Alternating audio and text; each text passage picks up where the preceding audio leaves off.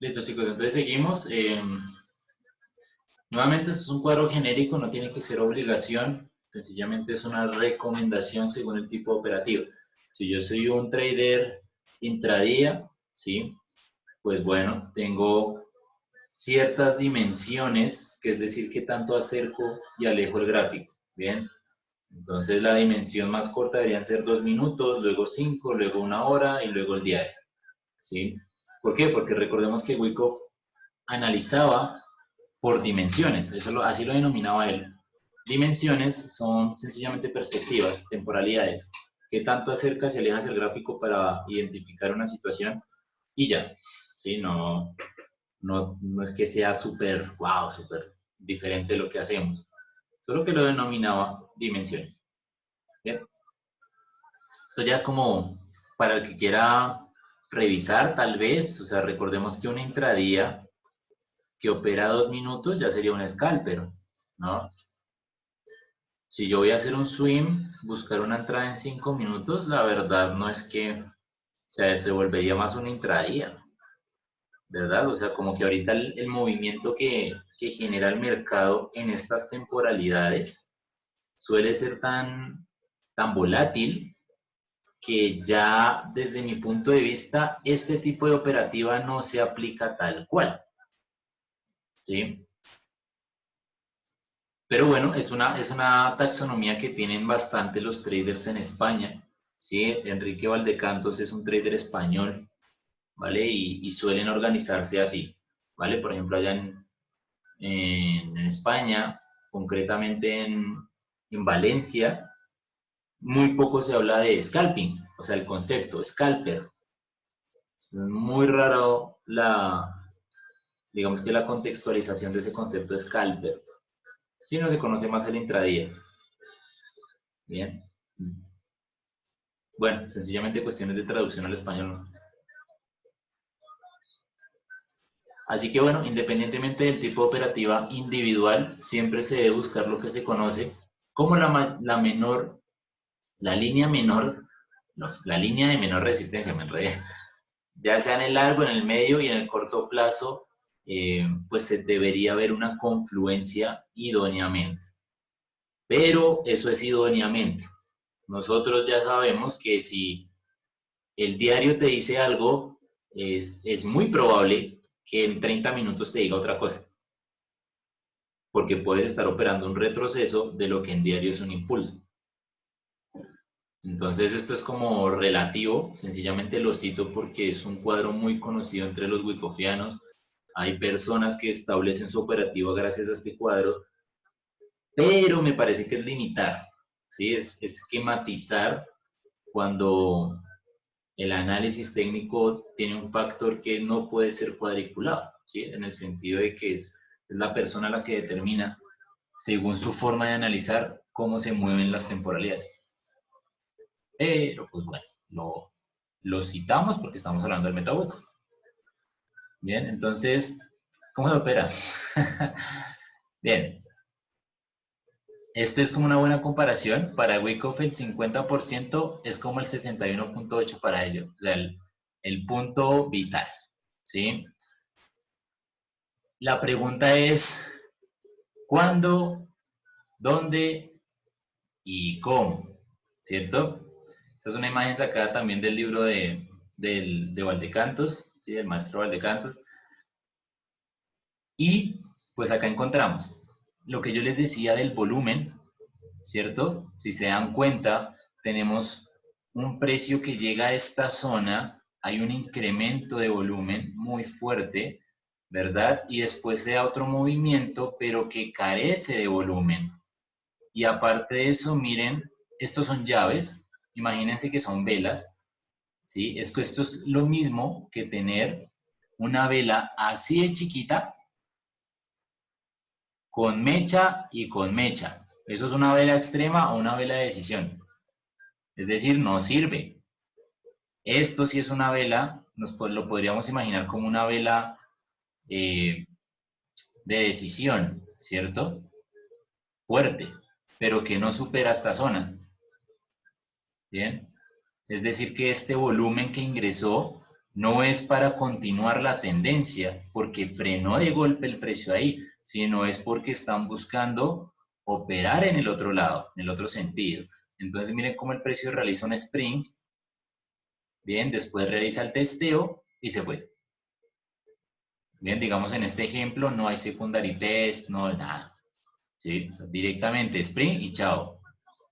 O podrías considerar un secondary test de la fase B y chao. ¿Sí? Como lo quieras ver, pero es entender el ejemplo que ese movimiento falso que acumula novatos viene con estas características. Imaginémonos que son velas.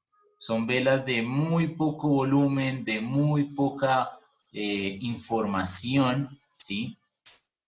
Velas que suelen ser incongruentes, en fin, ¿verdad? Nada que nos dé seguridad, simplemente leyendo esas velas. Y aparte de eso, pues suelen dar un movimiento en el volumen que no es mayor a este, ¿sí? ¿Ok? Por lo cual, pues claramente este movimiento es simplemente un revienta stops. Posterior a esto, el precio regresa, hace un impulso, ¿bien? Y de este impulso, Wyckoff sacaba el 50%. Y lo que él decía, idóneamente el 50% debería coincidir con la zona en la que se dio, supongamos, el sell clímax. Bien, o también podría considerarse el secondary test si por aquí teníamos un sell clímax, ¿sí? Ya establecido y con su AR y toda la vaina, ¿sí? Pero como no podemos ver, el ejemplo es así, pues vamos a imaginar, ¿vale? Exacto, hasta que alguien lo ve, sí, es un hombro, cabeza, hombro. Esta situación en Wyckoff es un hombro, cabeza, hombro. Después dicen que no sirve, ¿sí? Es el rompe línea de tendencia, respeta valor Fibonacci del 50% y se va. Pero ¿qué es lo que pasa? Uno debe saber en qué punto esos patrones chartistas, esa ruptura y retesteo de la línea de tendencia, que es la línea que el precio, es la línea de la velocidad que tiene, de la aceleración que tiene el precio actualmente y que se resiste a modificar, ¿no? Bien, entonces, ese testeo debería ser por las zonas del 50%, que idealmente confluya con ser una zona que respete el principio de polaridad, es decir, que en el pasado haya sido respetada como soporte, ya sea en el pasado inmediato o en el pasado mediato, mucho más atrás, ¿bien? Y ahí es donde Wyckoff colocaba su orden. Y sí, puede pasar que el precio baje más, pero el hombre entraba ahí, ¿sí? Si en su 50% el hombre entraba, ya, ¿sí? Ahora, me permito leer textualmente. Con el test realizado posterior al sprint o al UTAD, en los casos número 1, ¿sí? O en el realizado por los últimos puntos de soporte-resistencia, en los casos número 2, se puede confirmar por técnicas de análisis técnico sumado más chartismo y claramente heliotismo, ¿bien? Que ese por qué funciona esa entrada que da el método Wyckoff, porque lo acabo de explicar, ¿bien? Ahora, para el método Wyckoff, el 50% del último impulso alcista a favor posterior al sprint, o si fuera un MUTAD, pues sería un movimiento bajista, establece una posible zona de ingreso, pero pilas, posible zona de ingreso al mercado. Esta zona debe cumplir idóneamente con el principio de polaridad, ¿sí? Coincidente con el PS o SC, ¿sí? Bueno, preliminary support, si estamos hablando de un proceso de acumulación, bien, como sería este ejemplo, o con el cell clímax, por eso les decía, este podría ser el cell clímax, ¿sí? Ubicando, bueno, es bastante lógico dónde se ubicaría el stop, pues un poquito debajo de esta zona, ¿cierto? Si voy en compra, pues un poquito debajo del mínimo anterior. Ahora, ¿qué confirmación esperaba Wyckoff? Pues que aquí se diera un patrón de reversión. Ah, ¿cómo así, profe? ¿En las llaves también hay patrones de reversión? Sí. Lo mismo que las velas. ¿Eh? Aunque como les digo, Wyckoff básicamente fue de los que dibujó gráficos a mano. Entonces, pues él también veía noticias fundamentales y todo eso. Actualmente, pues tenemos la ventaja del mundo digital, ¿no?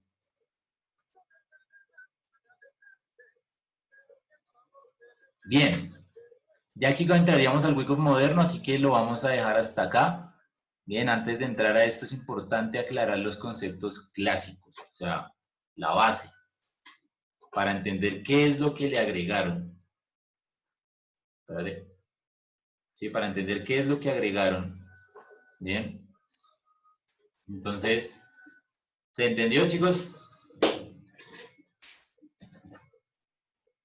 Como les dije, la clase, igual que ayer, cortica, duramos como 1 hora y media, no fue mucho tampoco.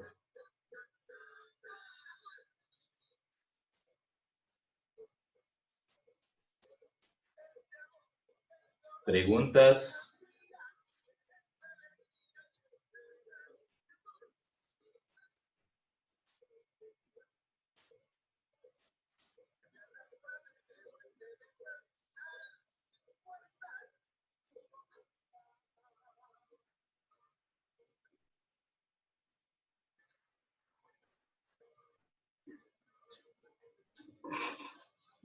Por ahora no.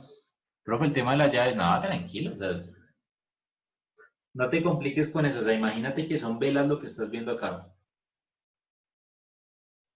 O sea, uno a veces se deja enredar por esas cosas, pero lo que te digo, imagínate que son velas. ¿Sí? No le pares tanta bola a eso. O sea, la lógica que tú le das al mercado no se puede ver afectada por la herramienta que utilices para identificar.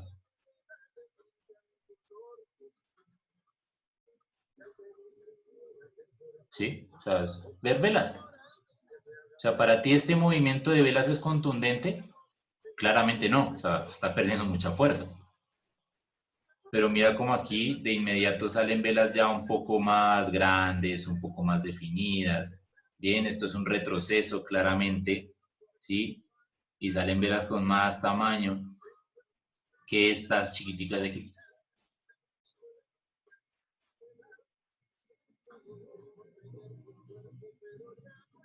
Ah, sí, yo tengo el ejemplo de...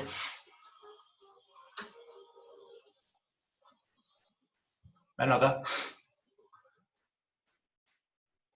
Entonces, para que lo quiera ver, de pronto si quiere. Entonces, ¿qué tenemos acá? Tenemos un movimiento alcista súper claro, ¿no? Tenemos un buy clímax. Bien. Ah, bueno, me falta, vamos a hacerlo con la imagen y todo me falta el PSI. Bien, en este caso el PSI podría ser este o podría ser este. Si lo tomamos desde la lógica de Wyckoff, sería este porque esto sería 3, esto sería 4, esto sería 5, ¿no?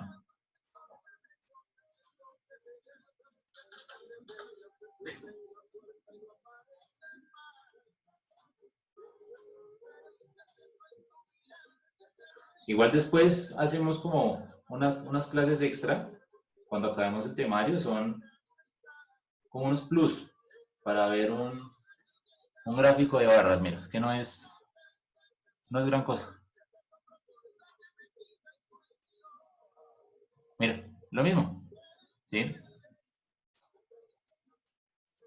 Solo que los puntos de el open, high, low, close lo dan estos cositos de acá. Esto.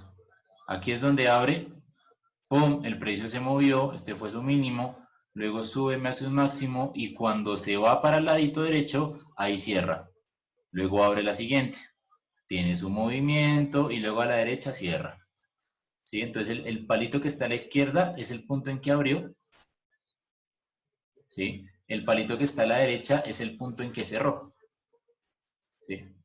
Es súper sencillo. Entonces, Aquí fue donde abrió, se movió todo esto, me dio este mínimo, el precio se estuvo moviendo, al final me terminó dando este mínimo, luego sube y luego mira, hacia la derecha es el valor en que cerró.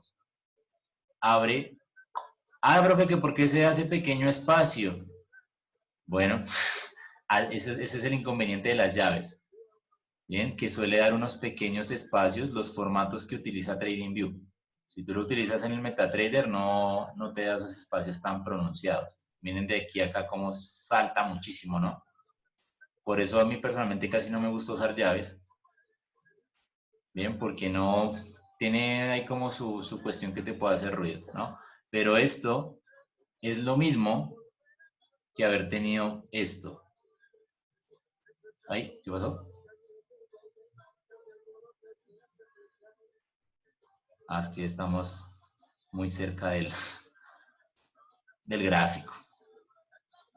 Bueno, esto es lo mismo que tener esta vela, pero te la vas a imaginar de color verde.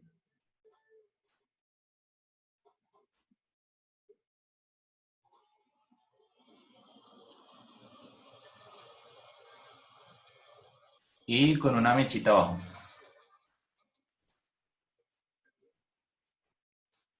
¿Sí rayé algo? ¿Dónde está?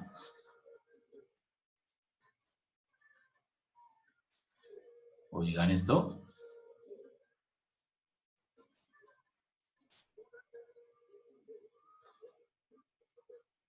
Ah, es que no me lo dejo poner. Bueno, imagínate que tiene una mechita ahí abajo. ¿Sí? Que sería ese mínimo que te dibujó la llave. ¿Sí? Y ahí tienes la misma vela. Entonces, esta que abre es lo mismo que tener una vela acá, pero en este caso, pues abrió acá y cerró acá. Entonces sería una vela envolvente bajista, por ejemplo. ¿Sí? Que tuvo mecha acá arriba. ¿Verdad? Pero sí, profe, hay un espacio entre apertura y cierre. Sí, ese es el ruido que te hacen las llaves. O al menos desde la configuración que ofrece TradingView.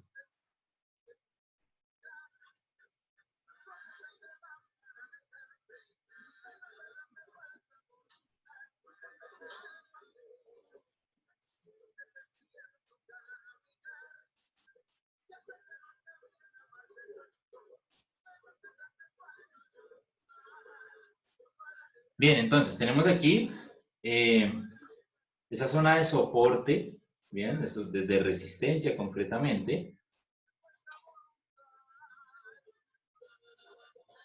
Y después, ¿qué nos dice? Debemos buscar el buy clímax, que es ese punto como ya de auge, ¿no? Entonces, miren cómo aquí tenemos el ejemplo del buy clímax, que sería el final de ese movimiento tendencial, ¿cierto? ¿Qué pasa después? Pues el precio me da una reacción, ¿verdad? Que sería el automatic reaction, automatic rally. Mírenlo acá. Tengo esa reacción y aquí establezco los parámetros, ¿bien? De lo que podría ser ese proceso de distribución. Y resulta que el precio sí lo respetó. ¿Uno cómo sabe si se lo va a respetar o no? ¡Ah! Sí. O sea, uno en la fase A solo observa a ver si se va a formar o no. ¿Sí? Desde la lógica de Wyckoff. Bien, entonces aquí claramente después con el tiempo el precio vino aquí a respetar y rechazó. Entonces llegó bien, aquí hay un secondary test, aquí hay un testeo de esta zona del buy clímax, ¿cierto? Después que tengo un signo de debilidad en la zona B, que es lo mismo que un secondary test en la zona B. O sea, lo mismo que teníamos en la distribución, mírenlo acá, un signo de debilidad. Ahora, profe, es que el signo de debilidad debería ser más abajo. Bueno, ya sabemos que la teoría dista de la realidad. Desde mi punto de vista, este ya fue el signo de debilidad. ¿Por qué? ¿Por qué, profe? Porque el signo de debilidad acumula cardíacos. Y esta vela envolvente fue un fundamental. Y para mí esto acumuló cualquier cantidad de cardíacos. Entonces, para mí fue un signo de debilidad. La gente pensó que el precio era débil y ya iba a empezar a caer. Para mí. Para otro diría, no, profe, el signo de debilidad estaba acá. Otro diría, no, no hubo. Bueno, sí, desde mi punto de vista, ahí está. ¿bien? Luego sigue el UT, ¿bien? Entonces, desde ahí miren cómo viene y rompe clarísimamente estas zonas de liquidez. ¿Qué es una zona de liquidez, chicos? ¿Alguno entiende qué es una zona de liquidez?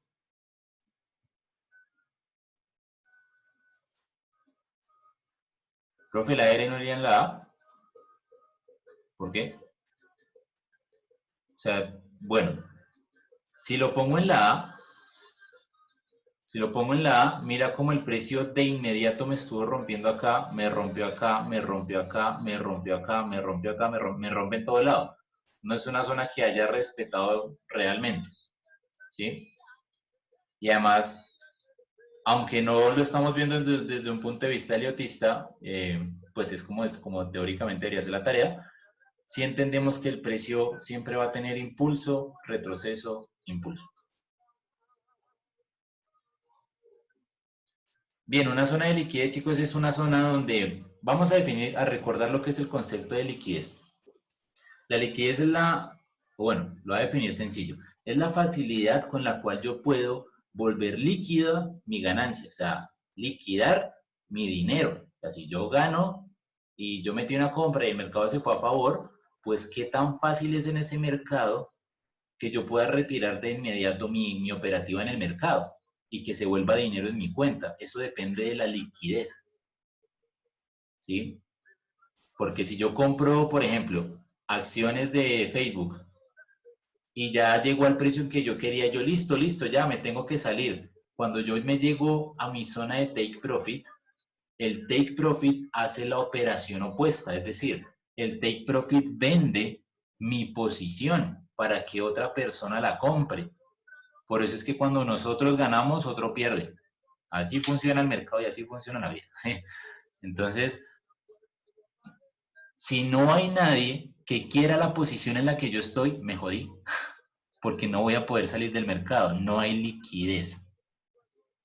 ¿Sí? ¿Queda claro el concepto de liquidez? Bueno, de por sí ya debe estar claro. Solamente era un recorderis.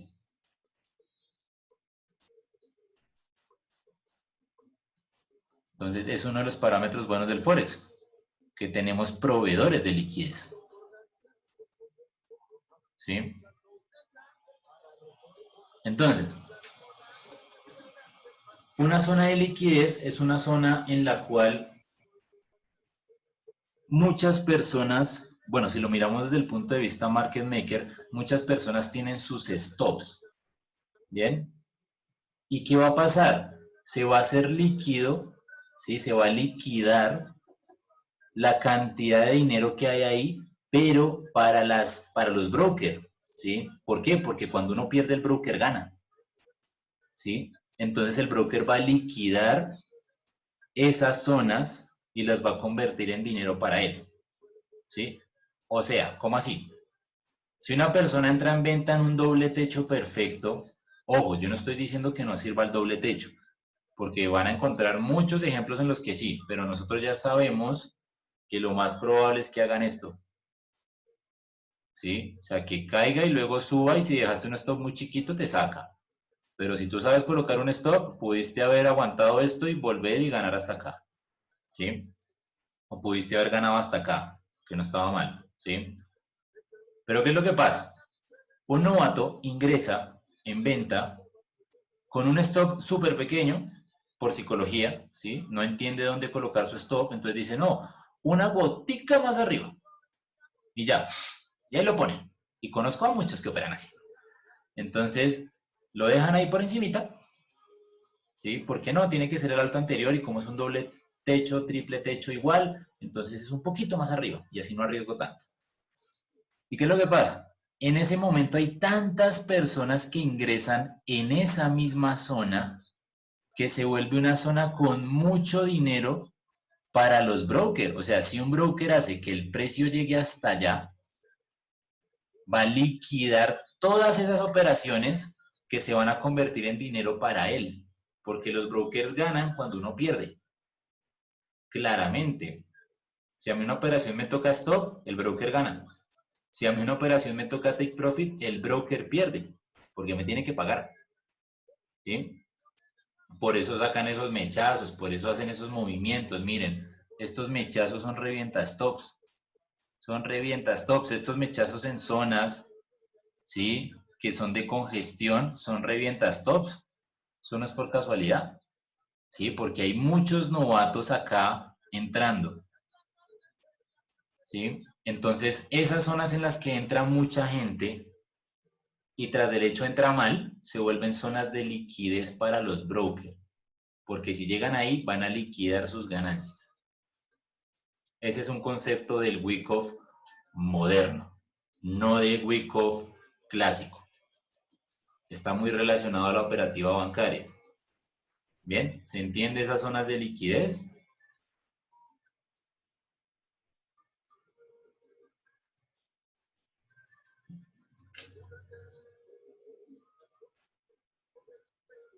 ¿Sí se entiende?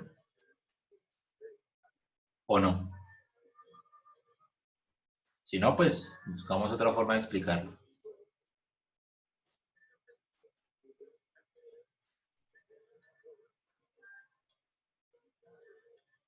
Sí, claro, listo. Eh,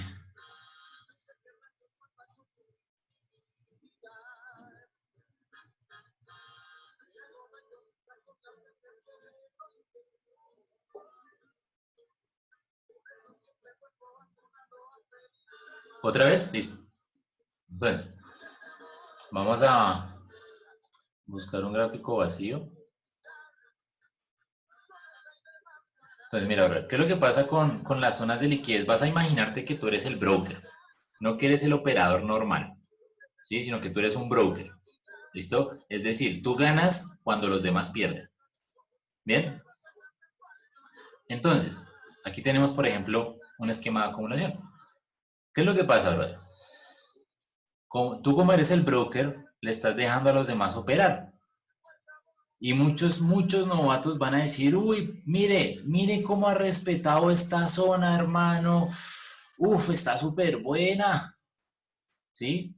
O sea, esos que no saben trazar ni un Fibonacci, ni contar, ni nada.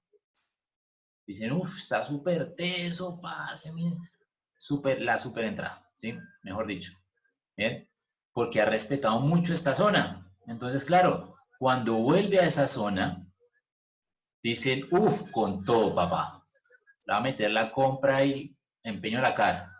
Y le va a poner un take profit gigante, porque proyectar take profits no sabe. Entonces dice, no, y como el precio llegó hasta acá, pues a mí me han dicho que lo dejé debajo del bajo anterior. Pero como son iguales, entonces yo digo, no, genial, porque me toca un stop así de chiquitico. 8 pips. Uf, Steve Gregor me quedan pañales. ¿Sí? Entonces, ¿qué es lo que pasa? El novato está ganando, ¿sí? Y está ganando, pero no sabe hasta dónde ir. Y mantienen demasiadas operaciones. Entonces, ¿qué pasa, brother, si tú eres el broker? Cuando el novato está ganando, tú estás perdiendo. Y se te va a caer el chuzo. Uno dice, no, papá, ¿cómo así? Y este man sigue ahí. Y claro, tú tienes toda la disposición de mover el precio. Tienes toda la disposición. Tú llamas unos cuantos amigos y les dices, papi, vamos a vender en el euro franco, que es que tengo tantos cientos de miles de personas en compra y casi todos tienen el stop acá. O sea, hacemos un pequeño movimiento y lo reventamos a todos. Y ya. Y el otro va a decir, uy, sí, parce, yo estoy como igual. Pues listo, entonces metámosles todo una ventica y unos cuantos lotes. Listo, hágale, perro, hágale, hágale. Entonces hacen el combo, ¿sí? Y meten la venta. Y miren, si se dan cuenta que lo que rompe esta zona es una vela envolvente, ¿sí? Contundente, ¿verdad? Ese movimiento hace que tú ganes. Para ti reventar los stops de la gente que opera en tu broker es lo que vas a buscar. Porque tú ganas así, cuando ellos pierden. Entonces quiere decir que donde un novato coloca tus stops, es donde tú vas a liquidar tus ganancias. Cuando tú los saques a ellos del mercado, de inmediato, la liquidez del Forex, del trading como tal, hace que tu cuenta de inmediato crezca. Es decir, tú tenías un flotante negativo porque el novato iba ganando.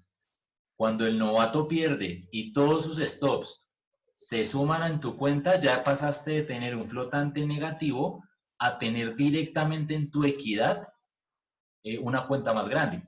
Ya no tienes dinero corriendo porque ya lo reventaste. ¿Sí me hago entender? Entonces, para ti las zonas de liquidez es las zonas donde el novato pone su stop.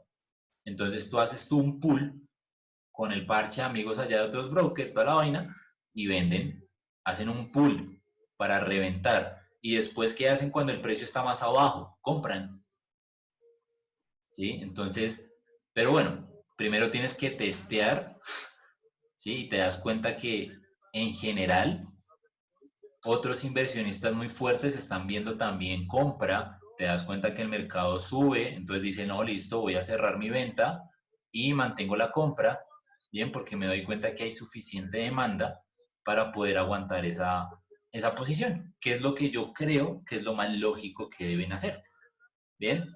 Pero ¿cuál es la lógica del Wyckoff moderno? Esto, que después vuelven, mira, si te das cuenta, vuelven exactamente a la zona en donde teóricamente las instituciones entran y es por estas velas que se denominan velas institucionales.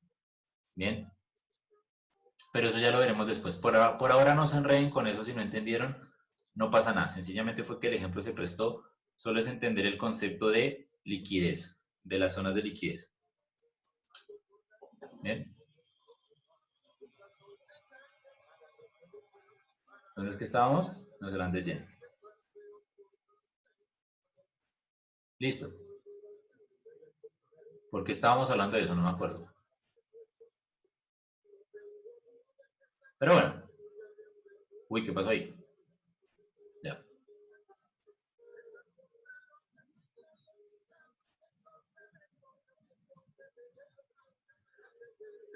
Entonces, tenemos el AR, el Secondary Test, sí, tenemos lo que les había comentado, que yo considero el signo de debilidad, bien, que acumuló ventas y después la reventó con el UT, y miren cómo rompe estas zonas de liquidez, donde el novato dejó el stop un poquito arriba de esta mecha, y miren cómo, ¡pum!, la rompe y cae. Y si se dan cuenta, esto en 4 horas se licúa y queda un mechazo, ¿sí? O sea, con una mecha reventaron a los novatos. ¿Sí? Y luego el precio cae. ¿Y ahí dónde es que entramos? En el retroceso, en lo que se llama UTAD. ¿Bien? Y aquí es donde aparece el Wyckoff moderno. Bien, les voy a dar una muy pequeña introducción. Después del movimiento fuerte, es decir, aquí esta vela revienta a los novatos, ¿cierto? Y esta es la que indica, miren, es una vela envolvente de decisión. Ya sabemos que esto es el UT, desde nuestro análisis sabemos que este es el UT, podemos estar esperando un UTAD. ¿Hasta dónde dice el Wyckoff moderno? Lo que dicen es buscar estas velas institucionales para asegurarnos que efectivamente lo que sigue es un movimiento de decisión, ¿sí? Y según la vela anterior, no esta, sino la anterior, establezco apertura 50% y cierre. Algunos tienen en cuenta las mechas. Y voy a buscar la entrada en general en toda esa zona que me establece la vela anterior. ¿Sí? Entonces, apertura o el 50% o el cierre. Perdón, apertura fue acá, 50% o cierre. Estoy hablando de la vela anterior, de la vela verde. ¿Por qué? Porque la vela institucional es la que rectifica el movimiento. En este caso, como estoy en un UT, pues estoy esperando que el movimiento a confirmar sea bajista, ¿verdad? Y esta característica de esta vela obviamente es envolvente, ¿sí? Y demuestra que, pues decisión, ¿vale? Entonces, de la vela anterior, que fue la última que sacó a los novatos, pues ahí yo digo, listo, el precio de apertura, el 50% y el cierre, los voy a tomar como mis puntos de entrada. Y miren cómo el precio vuelve a esa zona en general. ¿Sí? Ah, profe, no entendí casi. Tranquilo que lo vamos a ver en la otra clase. Y miren cómo esta zona siempre suele coincidir con el 88%. Y si bajamos a 15 minutos, aquí hay un patrón armónico. ¿Bien? Pero bueno, eso lo iremos viendo después. Básicamente es en el UTAD, es como un retroceso del UT, pues es una muy buena zona, un poco más arriesgada según Wyckoff, pues por lo que era un poco más conservador en su operativo, pero pues es una buena idea, bastante inteligente y suele dar una muy buena relación de riesgo-beneficio, ¿no? O sea, miren, 7 pips, bueno, tú le hubieras entrado por ahí acá, 8, 10 pips, ¿sí? Y te vas por mínimo hasta el otro extremo, a ver si de pronto rompe. Si no rompe, pues cierras. Mira, casi 100 pips, o sea, es una relación de casi 12 a 1. Es súper bueno, ¿no? 11 a 1 más o menos. Bien. Entonces, después del UTAD, ¿qué sigue? Pues entonces vamos a ir. Tenemos el UTAD, el testeo del UTAD, ¿sí? Es algo importante. UTAD y testeo. Ay, Julián, pero es que aquí el UTAD es más alto que el UT. Sí, pero para mí, este fue el UT. El UTAD en este caso no fue mayor, ¿vale? Para mí. Sí, sencillamente para mí esa fue la característica. Ahora, puedes tener otra situación en la que este fuera la R. Si yo quisiera correr esto un pasito a la izquierda para decir que esto fuera el UTAD. Pero ¿qué pasa? Que el rango de la distribución se me comprime y ya no tendría sentido. Bien.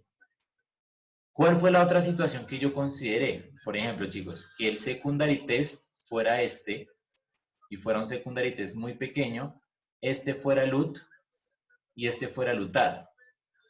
Y este ya sería mayor, ¿cierto? Sería una situación interesante. Pero este no me convenció tanto para hacer un signo de debilidad como esta velota gigante. Por esa razón, yo me quedo con eso. Pero podría ser también la otra situación, ¿vale? Ya es cuestión de, sencillamente hay que entender, para mí estos dos movimientos son los que más acumulan falsas compras, ¿sí? Y ya, ¿vale? Entonces, bueno. Después tenemos el UTAD y el testeo y se fue, ¿vale?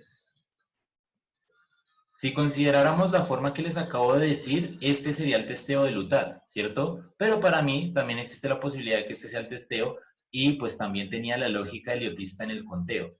Por esa razón también decidí colocarlo ahí. Pero pues recordemos que en el ejercicio buscamos situaciones que no sean directamente heliotistas, ¿no? Después tenemos que, pues, el testeo, que para mí fue esto, este fundamental de la semana pasada para mí fue el testeo. Miren cómo llegó con la mecha justo a esta zona. Entonces, para mí esto es un claro caso de manipulación que buscaba esta zona. Por esa razón también decidí dejar este como el UTAD. Bien, porque es demasiado conveniente que volviera justo hasta ahí. Desde mi punto de vista, otra persona puede tener otra forma de pensar y lo considera otro secondary test, otro testeo y ya. ¿Sí? Lo importante es que uno vaya buscando